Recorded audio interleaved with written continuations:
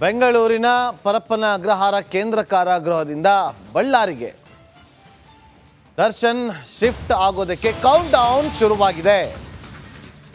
ಯಾವುದೇ ಕ್ಷಣದಲ್ಲೂ ಬೇಕಾದರೂ ಶಿಫ್ಟ್ ಮಾಡಬಹುದು ಅಂತ ಇತ್ತು. ಆದರೆ ಇವತ್ತು ನ್ಯಾಯಾಂಗ ಬಂಧನ ಅಂತ್ಯಗೊಂಡಿರುವಂಥ ಹಿನ್ನೆಲೆಯಲ್ಲಿ ಕೋರ್ಟ್ಗೆ ಹಾಜರುಪಡಿಸಿ, ಅಂದರೆ ವಿಡಿಯೋ ಕಾನ್ಫರೆನ್ಸ್ ಮೂಲಕ ಹಾಜರುಪಡಿಸಿ ಆ ಬಳಿಕ ಶಿಫ್ಟ್ ಮಾಡ್ತಾರೆ. ಈಗ ದರ್ಶನ್ಗೆ ಟೆನ್ಷನ್ ಶುರುವಾಗಿದೆ. ರಾತ್ರಿ ಎಲ್ಲ ಈ ವಿಚಾರ ಗೊತ್ತಾಗಿ ನಿದ್ದೆ ಮಾಡಿಲ್ಲ, ಊಟ ತಿಂದಿಲ್ಲ. ಹೇಳ್ತಾರಲ್ಲ, ಸುದ್ದಿ ಗೊತ್ತಾಗ್ತಿದ್ದಂತೆ ದಾಸ ಬೆಚ್ಚಿ ಬಿದ್ದಿದ್ದಾರೆ. ವಿಚಾರ ಗೊತ್ತಾದ ಮೇಲೆ ಊಟ ಮಾಡಿಲ್ಲ, ನಿದ್ದೆ ಮಾಡಿಲ್ಲ. ಏನಾಗುತ್ತಪ್ಪ, ಯಾಕೆ ನನ್ನನ್ನು ಯಾಕೆ ಶಿಫ್ಟ್ ಮಾಡೋದಕ್ಕೆ ಈ ಥರ ಎಲ್ಲ ಗೊತ್ತಿರುತ್ತೆ ಮುಂಚೆನೆ. ಇಷ್ಟೆಲ್ಲ ರಾಜಾತಿಥ್ಯದ ವ್ಯವಸ್ಥೆ ಇರಬೇಕಾದ್ರೆ ನಿಮ್ಮನ್ನು ಬಳ್ಳಾರಿಗೆ ಶಿಫ್ಟ್ ಮಾಡ್ತಾರೆ ಅಂತೇಳಿ ಮುಂಚೆನೇ ತಿಳಿಸಿರ್ತಾರೆ. ಆದರೆ ಈಗ ರಾತ್ರಿ ನಿದ್ದೆ ಮಾಡಿಲ್ಲ ಅನ್ನೋದು ಯಾಕೋ ಎಲ್ಲೋ ನಂಬೋದಕ್ಕೆ ಅಸಾಧ್ಯ ಅಂತ ಅನಿಸ್ತಾ ಇದೆ. ಯಾಕಂದರೆ ಜೈಲ್ ಅವ್ರಿಗೊಂಥರ ರಾಜಾತಿಥ್ಯದ ರೆಸಾರ್ಟ್ ಥರ. ಅದು ಪರಪ್ಪನ ಅಗ್ರಹಾರ ಕೇಂದ್ರ ಕಾರಾಗೃಹ ಆಗಿರ್ಬೋದು, ಹಿಂಡಲ್ಗ ಜೈಲ್ ಆಗಿರ್ಬೋದು, ಮತ್ತೊಂದಾಗಿರ್ಬೋದು. ಇವತ್ತು ಹೊರ್ಕಿಗೆ ಪೊಲೀಸರು ಮತ್ತೊಮ್ಮೆ ಡ್ರಿಲ್ ಅನ್ನು ನಡೆಸಲಿದ್ದಾರೆ. ರಾಜಾತಿಥ್ಯದ ಬಗ್ಗೆ ಪೊಲೀಸರು ಮತ್ತೊಂದು ಸುತ್ತಿನ ವಿಚಾರಣೆಯನ್ನು ನಡೆಸ್ತಾರೆ. ಕೃಷ್ಣಕುಮಾರ್ ನೇತೃತ್ವದಲ್ಲಿ, ಇನ್ಸ್ಪೆಕ್ಟರ್ ಕೃಷ್ಣಕುಮಾರ್ ನೇತೃತ್ವದಲ್ಲಿ ವಿಚಾರಣೆ ನಡೆಯುತ್ತೆ. ಹೇಗೆ ಲಾನಲ್ಲಿ ಕೂತಿದ್ದು ಫೋಟೋ ಇದೆಯಲ್ಲ, ಏನಿದು, ಯಾವಾಗ ಕೂತ್ಕೊಂಡಿದ್ರಿ, ಇದೇ ಥರ ಎಷ್ಟು ಸರಿ ಕೂತ್ಕೊಂಡಿದ್ದೀರಿ, ಯಾರ ಜೊತೆ ಇದೇ ರೀತಿಯಾಗಿ ಮೀಟಿಂಗ್ ಆಗಿದೆ, ಕೂತ್ಕೊಂಡಲ್ಲಿ ಏನು ಚರ್ಚೆ ಆಗ್ತಾ ಇತ್ತು, ಯಾವ ವಿಚಾರಗಳ ಬಗ್ಗೆ ನೀವು ಚರ್ಚೆ ಮಾಡ್ತಾ ಇದ್ರಿ, ನಿಮಗೂ ವಿಲ್ಸನ್ ಗಾರ್ಡನ್ ನಾಗನಿಗೂ ಮುಂಚೆನೇ ಪರಿಚಯ ಇತ್ತಾ,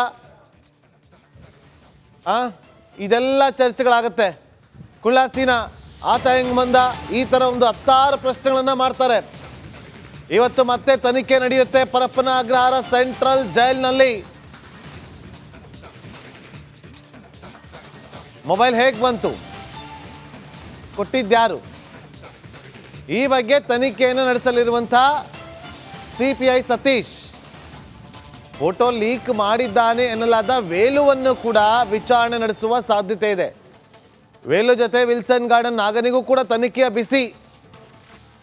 ಅದು ಯಾವ ಥರ ಬಿಸಿ ಮುಟ್ಟಿಸ್ತಾರೋ ಅಥವಾ ಬಿಸಿ ಕಾಫಿ ಕೊಟ್ಟು ಕೂರಿಸ್ತಾರೋ ಕಾದು ನೋಡಬೇಕು. ಯಾರು ಗೊತ್ತಾಗುತ್ತೆ ಒಳಗಡೆ ಹೇಗೆ ವಿಚಾರಣೆ ನಡೆಯುತ್ತೆ ಅಂತೇಳಿ. ಈ ಕೋರ್ಟಲ್ಲಿ ಕೆಲವೊಮ್ಮೆ ಕಲಾಪಗಳು ನಡಿಬೇಕಾದ್ರೆ ವಿಡಿಯೋ ಆಗುತ್ತೆ. ಅದೇ ಥರ ಇಲ್ಲಿ ಮಾಡಬೇಕು, ಗೊತ್ತಾಗುತ್ತೆ. ಅವಾಗ ಪ್ರಾಂಪ್ಟಾಗಿ ಪ್ರಾಮಾಣಿಕವಾಗಿ ತನಿಖೆ ಆಗ್ತಾ ಇದೆಯಾ ಇಲ್ವಾ ಅನ್ನೋದು. ಬೆಂಗಳೂರಿನ ಪರಪ್ಪನ ಅಗ್ರಹಾರ ಕೇಂದ್ರ ಕಾರಾಗೃಹದಿಂದ ಬಳ್ಳಾರಿಗೆ ದರ್ಶನ್ ಶಿಫ್ಟ್ ಆಗೋದಕ್ಕೆ ಕೌಂಟ್ ಡೌನ್ ಶುರುವಾಗಿದೆ. ಯಾವುದೇ ಕ್ಷಣದಲ್ಲೂ ಬೇಕಾದರೂ ಶಿಫ್ಟ್ ಮಾಡಬಹುದು ಅಂತ ಇತ್ತು. ಆದರೆ ಇವತ್ತು ನ್ಯಾಯಾಂಗ ಬಂಧನ ಅಂತ್ಯಗೊಂಡಿರುವಂಥ ಹಿನ್ನೆಲೆಯಲ್ಲಿ ಕೋರ್ಟ್ಗೆ ಹಾಜರುಪಡಿಸಿ, ಅಂದರೆ ವಿಡಿಯೋ ಕಾನ್ಫರೆನ್ಸ್ ಮೂಲಕ ಹಾಜರುಪಡಿಸಿ ಆ ಬಳಿಕ ಶಿಫ್ಟ್ ಮಾಡ್ತಾರೆ. ಈಗ ದರ್ಶನ್ಗೆ ಟೆನ್ಷನ್ ಶುರುವಾಗಿದೆ. ರಾತ್ರಿ ಎಲ್ಲ ಈ ವಿಚಾರ ಗೊತ್ತಾಗಿ ನಿದ್ದೆ ಮಾಡಿಲ್ಲ, ಊಟ ತಿಂದಿಲ್ಲ. ಹೇಳ್ತಾರಲ್ಲ, ಸುದ್ದಿ ಗೊತ್ತಾಗ್ತಿದ್ದಂತೆ ದಾಸ ಬೆಚ್ಚಿ ಬಿದ್ದಿದ್ದಾರೆ. ವಿಚಾರ ಗೊತ್ತಾದ ಮೇಲೆ ಊಟ ಮಾಡಿಲ್ಲ, ನಿದ್ದೆ ಮಾಡಿಲ್ಲ. ಏನಾಗುತ್ತಪ್ಪ, ಯಾಕೆ ನನ್ನನ್ನು ಯಾಕೆ ಶಿಫ್ಟ್ ಮಾಡೋದಕ್ಕೆ ಈ ಥರ ಎಲ್ಲ ಗೊತ್ತಿರುತ್ತೆ ಮುಂಚೆನೆ. ಇಷ್ಟೆಲ್ಲ ರಾಜಾತಿಥ್ಯದ ವ್ಯವಸ್ಥೆ ಇರಬೇಕಾದ್ರೆ ನಿಮ್ಮನ್ನು ಬಳ್ಳಾರಿಗೆ ಶಿಫ್ಟ್ ಮಾಡ್ತಾರೆ ಅಂತೇಳಿ ಮುಂಚೆನೇ ತಿಳಿಸಿರ್ತಾರೆ. ಆದರೆ ಈಗ ರಾತ್ರಿ ನಿದ್ದೆ ಮಾಡಿಲ್ಲ ಅನ್ನೋದು ಯಾಕೋ ಎಲ್ಲೋ ನಂಬೋದಕ್ಕೆ ಅಸಾಧ್ಯ ಅಂತ ಅನಿಸ್ತಾ ಇದೆ. ಯಾಕಂದರೆ ಜೈಲ್ ಅವ್ರಿಗೊಂಥರ ರಾಜಾತಿಥ್ಯದ ರೆಸಾರ್ಟ್ ಥರ. ಅದು ಪರಪ್ಪನ ಅಗ್ರಹಾರ ಕೇಂದ್ರ ಕಾರಾಗೃಹ ಆಗಿರ್ಬೋದು, ಹಿಂಡಲ್ಗ ಜೈಲ್ ಆಗಿರ್ಬೋದು, ಮತ್ತೊಂದಾಗಿರ್ಬೋದು. ಇವತ್ತು ಹೊರ್ಕಿಗೆ ಪೊಲೀಸರು ಮತ್ತೊಮ್ಮೆ ಡ್ರಿಲ್ ಅನ್ನು ನಡೆಸಲಿದ್ದಾರೆ. ರಾಜಾತಿಥ್ಯದ ಬಗ್ಗೆ ಪೊಲೀಸರು ಮತ್ತೊಂದು ಸುತ್ತಿನ ವಿಚಾರಣೆಯನ್ನು ನಡೆಸ್ತಾರೆ.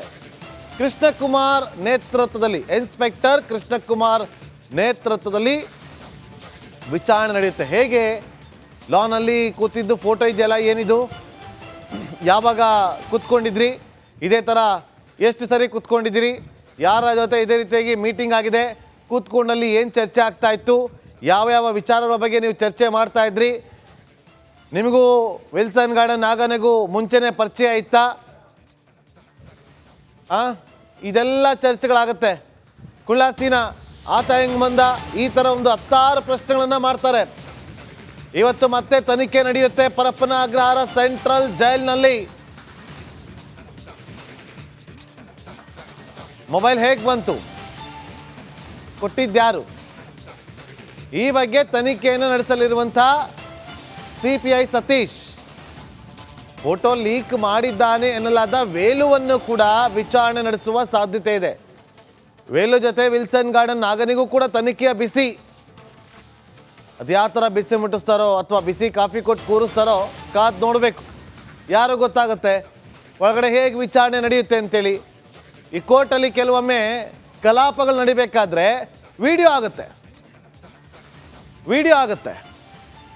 ಅದೇ ಥರ ಇಲ್ಲಿ ಮಾಡ್ಬೇಕು, ಗೊತ್ತಾಗತ್ತೆ ಅವಾಗ ಪ್ರಾಂಪ್ಟಾಗಿ ಪ್ರಾಮಾಣಿಕವಾಗಿ ತನಿಖೆ ಆಗ್ತಾ ಇದೆಯಾ ಇಲ್ವಾ ಅನ್ನೋದು. ನಮಸ್ಕಾರ, ಕರ್ನಾಟಕ ಪ್ರೈಮ್ ಟೈಮ್ಗೆ ಸ್ವಾಗತ. ನಾನು ಜಯಪ್ರಕಾಶ್ ಶೆಟ್ಟಿ. ಇಡೀ ಕರ್ನಾಡು ಇವತ್ತು ರೆಬೆಲ್ ಆಗಿ ನಿಂತಿದೆ. ಈ ಹಗರಣಗಳನ್ನು ಸದನದಲ್ಲಿ ಪ್ರಸ್ತಾಪ ಮಾಡಲು ಕೂಡ ಕಾಂಗ್ರೆಸ್ ಹಿಂದೇಟು ಹಾಕಿದ್ದೇಕೆ? ನಿಮ್ಗೆ ಸಂಬಳ ಅದಕ್ಕೆ, ನಿಮಗೆ ವಾಹನ ಅದಕ್ಕೆ, ನಿಮಗೆ ವೆಪನ್ ಅದಕ್ಕೆ, ನೀವು ಅದನ್ನು ಸೆರೆ ಹಿಡಬೇಕಾಗಿತ್ತು. ನೀವು ವಿದ್ಯುತ್ ಬರ ಇದೆ ಅಂತ ಹೇಳ್ತಾ ಇದ್ದೀರಿ, ಎಲ್ಲಿ ಬರ ಇದೆ ನೀವು ಹೇಳಬೇಕು. ಪಾಕಿಸ್ತಾನ್ ಆಕ್ಯುಪೈಡ್ ಕಾಶ್ಮೀರ್ ಅದು ಎಂದೆಂದಿಗೂ ನಮ್ಮದು. 40 ಮೆಷಿನ್ಗಳು ತಂದಿತ್ತು ನೋಟ್ ಎಣಿಸುವುದಕ್ಕೆ, ಅದೇ ಹಾಳಾಯಿತು. ಮಥುರಾದ ಗಲಾಟೆ ಇದೆಯಲ್ಲ, ಅದು ಸ್ಥಳೀಯವಾಗಿ ಕೂತು ಪರಿಹರಿಸಬಹುದಾದಂಥ ಕಾನೂನಿದೆ. ಗ್ಯಾರಂಟಿ ಯೋಜನೆಯಿಂದ ನಷ್ಟ ಆಗಿದೆ, ಲಾಭ ಆಗಿದೆ, ದಯವಿಟ್ಟು ಹೇಳಿ.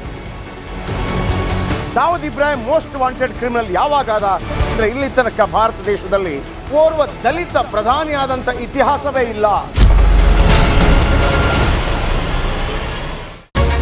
ರಿಪಬ್ಲಿಕ್ ವರ್ಲ್ಡ್ ಆಪ್ ಇದು ಕೇವಲ ಅಪ್ಲಿಕೇಶನ್ ಅಲ್ಲ, ಸಮಗ್ರ ಸುದ್ದಿಗಳ ಸಂಪರ್ಕ ಮಾರ್ಗಕ್ಕೆ ಕ್ರಾಂತಿಕಾರಿ ಬದಲಾವಣೆ.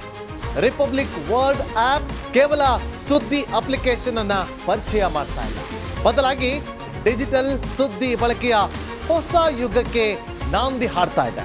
ಇದೊಂದು ಬ್ರೇಕಿಂಗ್ ನ್ಯೂಸ್, ಪ್ರಭಾವಶಾಲಿ ಕಾರ್ಯಕ್ರಮಗಳಿಗೆ ಗಟ್ಟಿಯಾದ ವೇದಿಕೆ.